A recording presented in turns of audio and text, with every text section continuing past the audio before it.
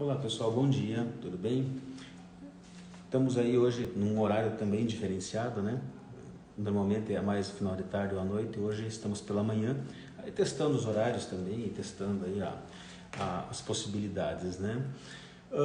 Nós, aí dentre os vários temas que nós temos tratado aí nas regularizações imobiliárias, né? Um dos quais aí, um dos mais relevantes aí, sobre os quais nós nos debatemos nas últimas semanas, né? Trata da questão da holding, né? Da constituição da holding familiar, né? Que muito se tem falado aí, né? É um tema mais ou menos novo, né? Mais ou menos em termos, né? Mas é um tema que há poucos anos aí vem tomando corpo, né?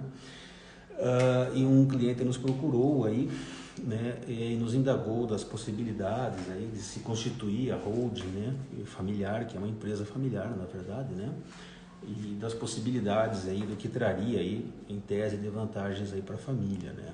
Então, o primeiro ponto aí que nós, né, partimos ali para análise é ver a viabilidade disso, né. Por quê? Porque a holding é a constituição de uma pessoa jurídica, né, de uma empresa, um CNPJ, tá?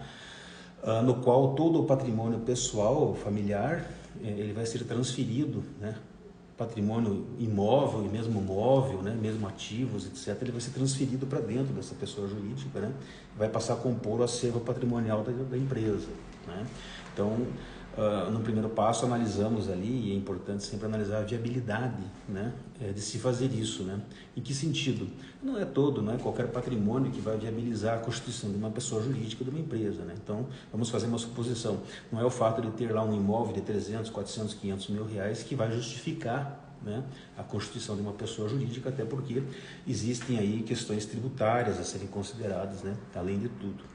E também identificar, né, qual é a finalidade dessa constituição patrimonial dentro da empresa.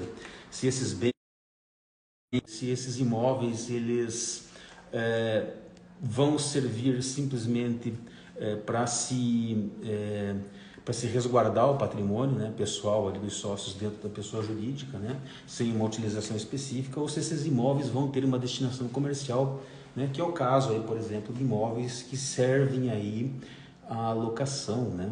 Tá? Então, por exemplo, imóveis para locação, né, alocados dentro da pessoa jurídica, eles passam a ter um tratamento tributário diferenciado, mas isso a gente vai tratar aí em outras oportunidades, né? A intenção hoje, basicamente, é lançar a ideia, né, a respeito da constituição da holding. Então, falando ali dos pressupostos, dos requisitos, né, quais seriam aí as condições ou a viabilidade de se constituir isso. Então, a quantidade de patrimônio, obviamente, né, é o primeiro ponto, e identificamos no caso específico que a quantidade de patrimônio justificava aí essa constituição, né? Segundo passo, qual era a destinação desse patrimônio? O que vai ser feito com esses imóveis, né? O que pretendem os herdeiros e os futuros herdeiros, né, fazerem com esses imóveis?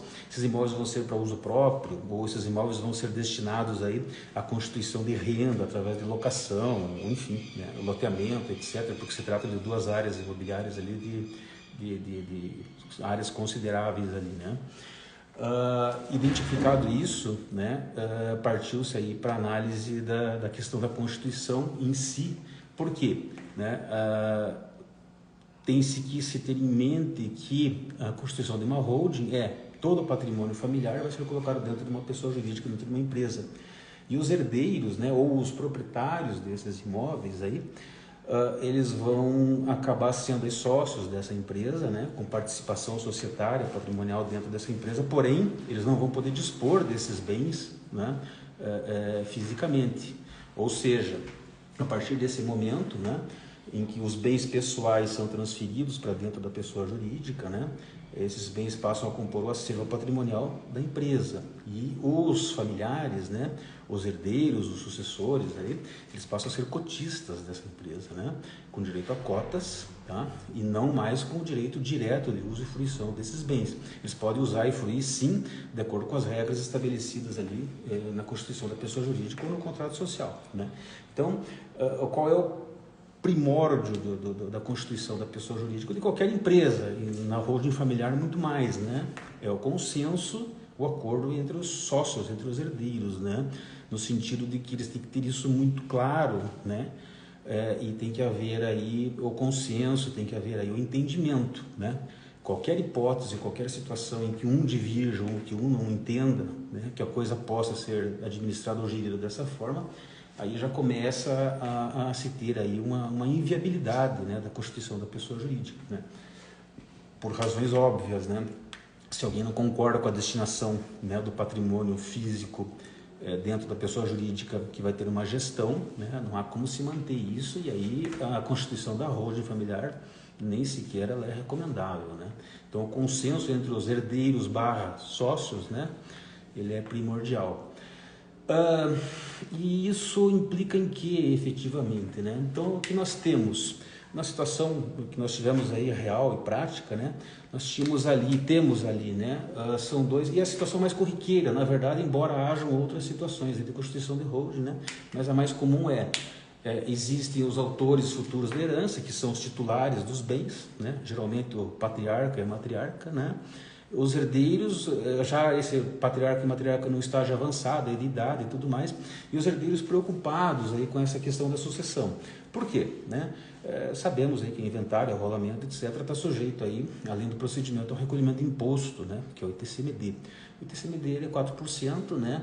Então você avalia e analisa um patrimônio de 5, 6, 7 milhões de reais, né? Que é o caso específico lá, você vai ter aí quase 300 mil reais de ITCMD devido na sucessão, né? No inventário ou no arrolamento. E a constituição da holding, ela evita a necessidade desse processo sucessório, né? Por quê? Porque neste caso específico, né, e aí a ilustração é importante, o que acontece? São duas áreas, né, de terras, certo? Tá? Duas áreas de terras que compõem as duas, né, o acervo patrimonial do matriarca e do patriarca. Eles ainda estão vivos, porém em estágio avançado de idade, né? Então eles resolveram juntar este patrimônio, constituir a PJ, né? A pessoa jurídica ou a holding familiar. Aglutinaram esse patrimônio, colocaram dentro dessa empresa que foi constituída regularmente como uma holding, né? Uma administração e participações, né? Administração de bens próprios, né? Aí ali existe toda uma questão de CNAE, uma questão de destinação e tudo mais, mas isso são questões tributárias aí que nós trataremos numa próxima situação. Então, juntaram este patrimônio pessoal, né, que pertencia ao casal, aos dois, constituíram a pessoa jurídica e colocaram este patrimônio, subscreveram, né, contabilmente estes imóveis dentro da pessoa jurídica, ou seja, esses imóveis, embora em nome das pessoas físicas, passaram a compor o patrimônio imobilizado da pessoa jurídica, né? E esta empresa, ela tem 5 sócios. Quem são os 5 sócios? E pode ter mais ou menos, aí não vem ao caso. Quem são os sócios? Os sócios são os proprietários dos imóveis, né? E os filhos, que são os herdeiros futuros, né? São os sucessores aí para efeitos de herança, né? Então os filhos passaram a compor essa pessoa jurídica como sócios, né? Tá? Com direito a cotas, né? Sócios cotistas. Certo? Tá? Então, a partir desse momento, cada sócio passou a ter direito a uma quantidade X ou quantidade Y de cotas dentro desta empresa. Essas cotas representam efetivamente a participação societária e mais. Elas constituem aí o direito a este patrimônio, a estes bens imóveis que virão no futuro, né?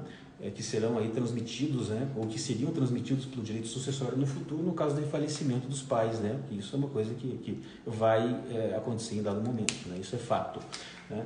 Então, a viabilidade utilizou seu patrimônio pessoal, né, dos genitores, constituiu-se uma pessoa jurídica, incluindo um dos genitores, e numa próxima oportunidade eu vou explicar por que não os dois, né? Um só, e os filhos passaram a ser cotistas e sócios dessa pessoa jurídica na qual está inserido o patrimônio, na qual estão inseridos os imóveis, né, como patrimônio imobilizado e integralizado, né? A forma pela qual foi feita isso também, a escrituração e tudo mais, a gente vai abordar aí numa próxima oportunidade. A ideia hoje é lançar os fundamentos aí dessa Constituição, certo? Tá? que acontece? Essa empresa constituída, registrada, com este patrimônio pessoal inserido, escriturado, subscrito, né, como integrante do imobilizado da pessoa jurídica, né, passa a acontecer o que nessa situação? Primeiro, né, nós não tivemos nesta transferência, né, patrimonial, não há incidência nenhuma de imposto, tá? Não há incidência de ITBI, que fique claro, por quê? Porque a empresa não está comprando este patrimônio, tá? Este patrimônio está sendo subscrito por um dos sócios que é proprietário desses bens, ele está colocando esses bens dentro da empresa no acervo patrimonial. Então não há incidência de ITBI porque não há transferência onerosa de bens. Ponto. Ah, e não há incidência do ITCMD, por ser aí talvez uma cessão, uma transferência. Não configura ITCMD, por quê? Porque também não é uma transferência, não é uma doação. Os sócios não estão doando nada para a empresa, eles estão integralizando o capital social de uma empresa que é deles, né, com o patrimônio deles. Então não há incidência de ITCMD por isso, porque não há uma doação. E também não há nenhum tipo de cessão onerosa ou sucessória nisso, porque eles estão vivos, né? Então também não incide nenhuma causa ou nenhum requisito de incidência do ITCMD. Então, num primeiro momento, essa constituição da pessoa jurídica através da intromissão do patrimônio físico dentro da pessoa jurídica não gerou incidência nem de ITBI nem de ITCMD, certo? Então esse é o fundamento básico, tá?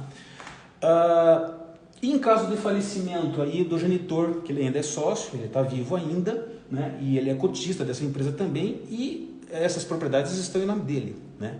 Embora agora já integralizadas como patrimônio da empresa, como capital social imobilizado, né? Qual é a consequência no caso de falecimento dele? Como é que vai transmitir isso? Precisa fazer inventário? Não, né? Esses bens, e essa é a finalidade da constituição da holding, né, familiar. Esses bens já estão integralizados como patrimônio da pessoa jurídica, da qual os herdeiros, os 5 filhos, são sócios. Então eles já são cotistas dessa empresa. Cada um já recebeu, os 5 filhos, 20% lá, foi o que eles estipularam, de cotas do capital social, certo? Então eles já são cotistas. No falecimento dos titulares, né, do pai e da mãe ali, que são os proprietários desses terrenos, que já estão, dessas áreas, que já estão incluídas, já estão integralizados como capital social da empresa, imobilizado, né, não há necessidade, né, de se fazer inventário e nem de se transmitir esses bens para os filhos. Por quê? Porque esses bens já pertencem a eles através da representação em cotas que eles têm dentro da pessoa jurídica, certo? Tá? Mas esses bens eles podem administrar, eles podem gerir, podem usar? Podem, né?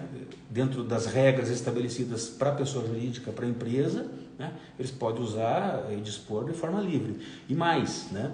Neste caso, como são 2 áreas, eles já fizeram uma divisão entre eles interna, né? Lotearam esses imóveis e vão ter lá, cada um vai ter uma quantidade X de lotes, né?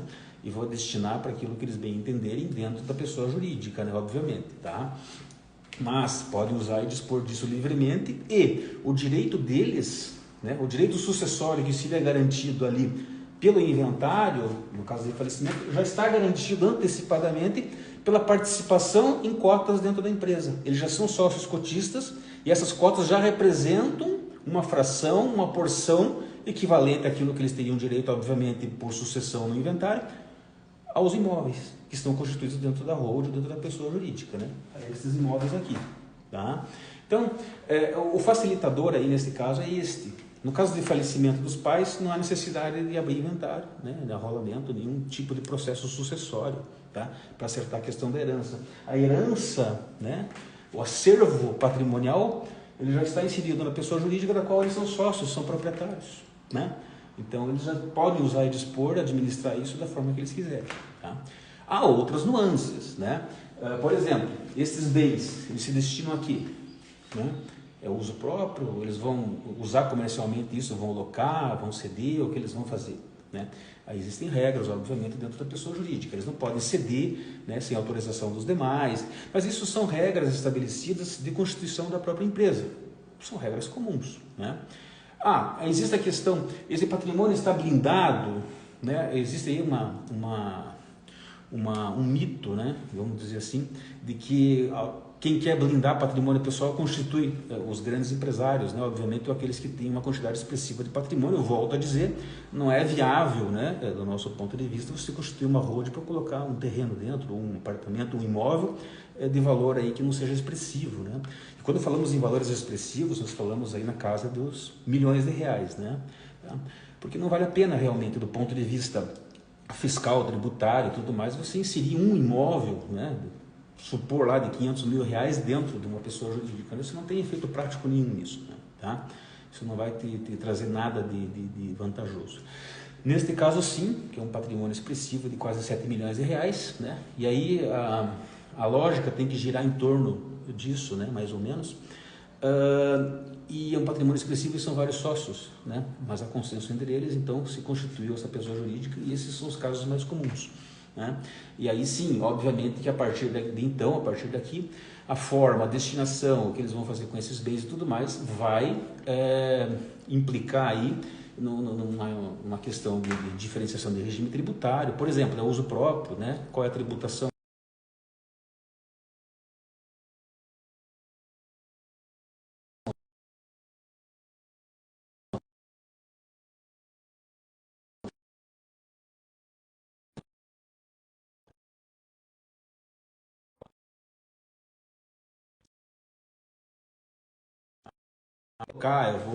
Eu vou colocar esses bens aí para gerar renda para mim, então a tributação é outra, né?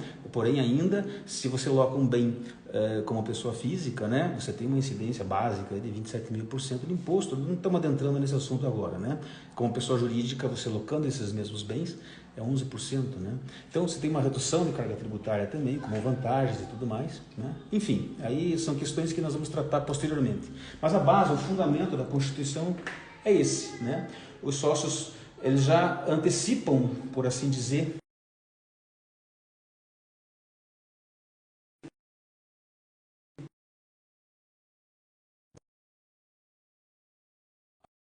da integralização como cotistas, como sócios, né, da empresa, e no falecimento dos pais, esses bens já estão constituídos, já estão dentro da empresa e continuam sendo geridos por eles, não há necessidade da abertura do processo sucessório, de inventário, etc., recolhimento de impostos, enfim. Há outras questões, né, nós vamos abordar aí numa próxima live, num próximo vídeo, né, em relação à questão de a blindagem aí, que é um mito, né? Blinda o patrimônio, efetivamente, de certa forma sim, mas essa blindagem em relação aos próprios sócios, né? E não com relação a terceiros, né? Não significa que você constituir uma holding vai te dar aí a possibilidade, o cheque em branco de você fazer o que bem entender, né? Logicamente, sem comprometer o patrimônio, né? Isso não é possível, né? Obviamente, legalmente, não existe como fazer isso. Porém, blinda em relação aos próprios sócios, né? Você tem situações em que a empresa é constituída e são inseridas cláusulas ali de incomunicabilidade, por exemplo, do patrimônio social para não contemplar cônjuge de herdeiro, de cotista, né? Existe a possibilidade de você, por exemplo, doar depois, a empresa doar para os herdeiros cotas, né? Ao invés de eles ficarem como cotistas, alguém quer sair, eu não quero mais participar dessa pessoa jurídica, eu quero sair, etc. e tal. Como é que vai apurar esses haveres, porque esses imóveis estão lá dentro, eu sou cotista, como é que resolve isso juridicamente? A empresa doa essas cotas, né? E o ITCMD vai incidir? Vai, mas ele vai incidir não sobre o valor do patrimônio integralizado, vai incidir sobre o valor das cotas subscritas, né? Que normalmente são muito menores, né? Os valores são menores em comparação ao capital imobilizado, né? Então, se você tem um capital de 5 milhões imobilizados, nunca, jamais você vai ter o cotista ou o sócio cotista, as cotas subscritas no valor equivalente, né? O valor é representativo, de face, sempre menor, né? Porque ele é um valor fictício, né? De representação, de face em face de um percentual de participação, né? Então tudo isso altera o regime tributário e tudo isso traz vantagens tributárias também, né? É lógico que nem tudo são flores, né? Nem tudo são só vantagens, aí existem questões que têm que ser pontuadas, analisadas, né? Depois a gente vai tratar aí nos próximas lives aí dessa questão, porque é uma questão recorrente, é um assunto que vem ganhando força, vem ganhando corpo, né? A constituição da holding familiar, né? Quais são as vantagens, quais são Qual é a viabilidade disso, né? Nós já tratamos aí no início do vídeo, né? A viabilidade são os requisitos mínimos ali que tem que se identificar, né? Tá? E efetivamente qual é a destinação que vai se dar a isso, né? Isso é muito importante para constituir ou não a holding, né? Porque muitas vezes, dependendo da destinação, do ponto de vista tributário, do ponto de vista econômico, muitas vezes a coisa não vale a pena, né? Tá? É só para você criar mais uma empresa e ter mais alguma coisa para administrar e mais contabilidade para se fazer, mais imposto para se recolher, né? Mas nesse caso que nós identificamos, né, que tratamos e nos debruçamos e estamos tratando ainda, né, é altamente vantajoso, né, a constituição aí da pessoa jurídica da holding familiar. Tá bom, pessoal? Por hoje é só um introito aí para dar a ideia da coisa. Vamos trazer aí na próxima oportunidade questões pontuais e específicas, tá? A respeito aí tanto da questão da incomunicabilidade, da imperabilidade de cotas, né, quando se refere a esse patrimônio integralizado, que são questões jurídicas, né, até onde se blinda esse patrimônio, né, efetivamente. Trazer questões também em relação à tributação, né, embora não seja a nossa área específica, mas a tributação que incide, básica, né, dependendo da destinação que se dá a esses bens, a esses imóveis dentro da holding, né, tá? Mas a gente vai abordar, e algumas questões polêmicas também que tem aí, que sempre, todo tema, né, nessa área, sempre tem questões aí que são polêmicas, que são aí divergentes, né, que o judiciário muitas vezes é chamado para se pronunciar a respeito através de ações, etc., né, para poder estabelecer aí muitas vezes um norte, um rumo também, né? Tá bom, pessoal? Então, obrigado por hoje, um bom domingo a todos aí, um bom final de semana. E no próximo encontro nós vamos trazer aí essas questões aí a respeito aprofundar um pouco essa questão da constituição da holding aí, algumas condições especiais, né, alguns riscos, né, que podem advir aí, e também o direcionamento, né, dependendo do direcionamento que cada sócio, a intenção que cada sócio tem de dar ao patrimônio, né, como isso pode ser conduzido e formatado também, né, tá bom? Obrigado a todos, até a próxima.